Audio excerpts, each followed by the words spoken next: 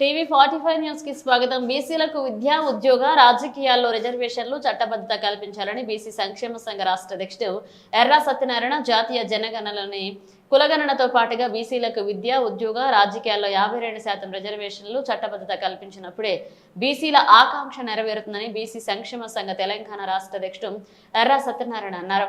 శుక్రవారం Kachiguda Abhinandan grand BC సంక్షేమ సంఘ జాతీయ కన్వీనర్ గుజ్జా కృష్ణ అధ్యక్షతన ఏర్పాటు చేసిన సమావేశంలో ఆయన పాల్గొని ప్రసంగించారు. ఈ సందర్భంగా బీసీ సంక్షేమ సంఘ ఆధ్వర్యంలో హైకోర్టులో, సుప్రీంకోర్టులో పిటిషన్ వేయడం జరిగిందని తెలిపారు. హైకోర్టు తీర్పు మేరకు తెలంగాణలో రేవంత్ రెడ్డి ప్రభుత్వం సమగ్ర కుటుంబ సర్వే కులగణన చేపట్టిందన్నారు. ఇక ఢిల్లీలో జంతర్ మంతర్ వద్ద ప్రదర్శనలు, సభలు, సమావేశాలు, ప్రధానమంత్రులను, కేంద్ర మంత్రులను కలిసి చర్చలు జరపడం, బీసీ సంఘాల సమిష్టి కృషి, సుదీర్ఘ పోరాట ఫలితమే దేశ జనాభా గణనలో కులగణనకు కేంద్ర కేబినెట్ ఆమోదం తెలిపిందన్నారు. కేంద్ర ప్రభుత్వం తీసుకున్న నిర్ణయాన్ని స్వాగతిస్తున్నామని ఆయన పేర్కొన్నారు. పార్లమెంట్ లో బీసీ బిల్లు పెట్టి చట్టసభలలో బీసీలకు 52% రిజర్వేషన్ కల్పించాలని డిమాండ్ చేశారు. బీసీలకు కేంద్రంలో ప్రత్యేక మంత్రిత్వ శాఖను ఏర్పాటు చేయాలన్నారు. ప్రభుత్వ నామినేటెడ్ పదవుల్లో బీసీలకు 50% ఇవ్వాలని కోరారు. బీసీలకు బడ్జెట్ లో 2 లక్షల కోట్లు కేటాయించాలన్నారు. దేశవ్యాప్తంగా ఫీజు రియంబర్స్మెంట్ అమలు చేయాలని డిమాండ్ చేశారు.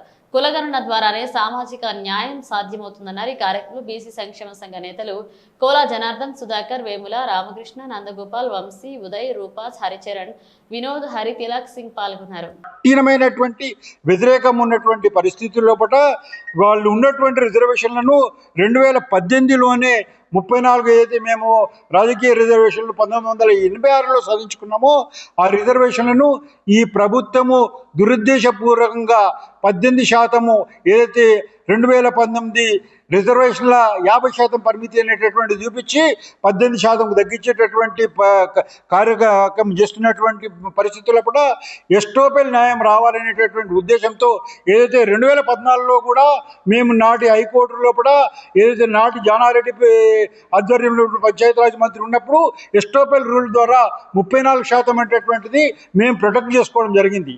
అయితే దాన్ని కూడా విరుద్ధంగా ఈయన 2018లో కూడా కేసీఆర్ ప్రభుత్వము ఈ 50% పరిమితిని ఆమోదింపజేసుకొని దొంగసాటున ఏదైతే లోకల్ బాడీ రిజర్వేషన్స్ను కుదించి అమలు చేసేటటువంటి కార్యక్రమం ఏదైతే చేసిండో దానికి విరుగుడుగా 2018 ఎండింగ్ లోపల మేము వేసినటువంటి పిటిషన్ ఏతుందో సమగ్ర కుటుంబ సర్వే అనేటటువంటిది ఆల్రెడీ ప్రభుత్వం దగ్గర ఉంది.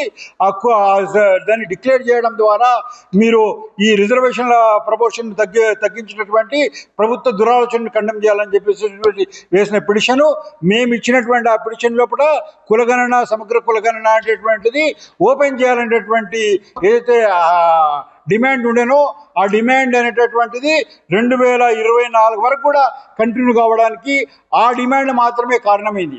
ఎందుకంటే ఆ రోజు వచ్చినటువంటి మాకున్నటువంటి దాంట్లో శల్య సారథ్య పిటిషన్స్ దాసు శ్రవణ కానీ ఇంకొకైనా కానీ ఇచ్చినటువంటి పిటిషన్ లేనిదంటే ప్రభుత్వాన్ని మెప్పు చేసేటువంటి పిటిషన్ మాత్రమే వాళ్ళు వేసినారు.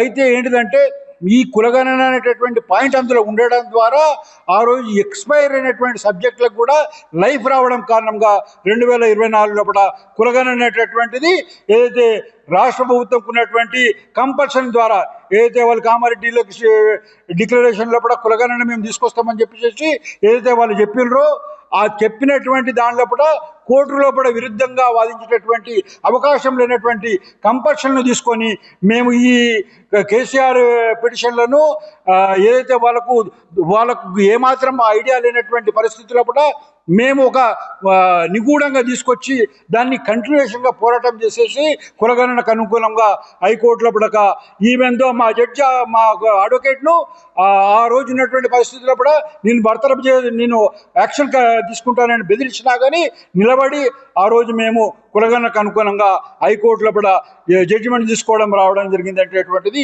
ఈ సందర్భంగా మేము గుర్తు చేస్తున్నాం. ఆ రకంగా వచ్చినటువంటి కులగణన అనేటటువంటి దాని ద్వారా 2024లో వచ్చినటువంటి ప్రభుత్వము 2024 ఎండింగ్ వరకు కూడా కులగణన మీద ఒక్క అడుగు కూడా ముందుకెళ్ళేటువంటి పరిస్థితుల్లో కూడా వచ్చినటువంటి ఈ జడ్జిమెంట్ కారణంగా కంపల్షన్ క్రియేట్ అయ్యి రాష్ట్ర ప్రభుత్వం అనేటటువంటిది కులగణన తీసుకురావడం అని చెప్పేసి జరిగిందని చెప్పేసి మేము ఈ సందర్భంలో గుర్తు చేస్తున్నాం. ఈ రాష్ట్ర ప్రభుత్వానికి, ఈ రెడ్డి ప్రభుత్వానికి నిజమైనటువంటి చిత్తశుద్ధి అనేటటువంటిది ఉంటే 2024 మొదట్లోనే ఏదైతే డిసెంబర్ 9 నాడు 2023 డిసెంబర్ 9 నాడు మేము కులగణన చేస్తామని చెప్పి ఏదైతే ప్రకటించిందో దాన్ని అమలు చేసేటటువంటి చర్య తీసుకోవడానికి ఛాన్స్ ఉండే, కానీ సంవత్సరం పాటు ఉద్దేశపూర్వకంగా దాన్ని పెండింగ్ పెట్టింది. కోర్టు తీర్పు వచ్చిన తర్వాతనే దీనికి ముందు అడుగు వేసింది అని చెప్పేసి ఈ సందర్భంగా మేము గుర్తు చేస్తున్నాం. దాని తర్వాత కులగణన అనేటువంటిది అప్పుడు కేంద్ర ప్రభుత్వ అంశంగా ఒత్తిడి రావడం లోపల ఈరోజు కేంద్ర ప్రభుత్వము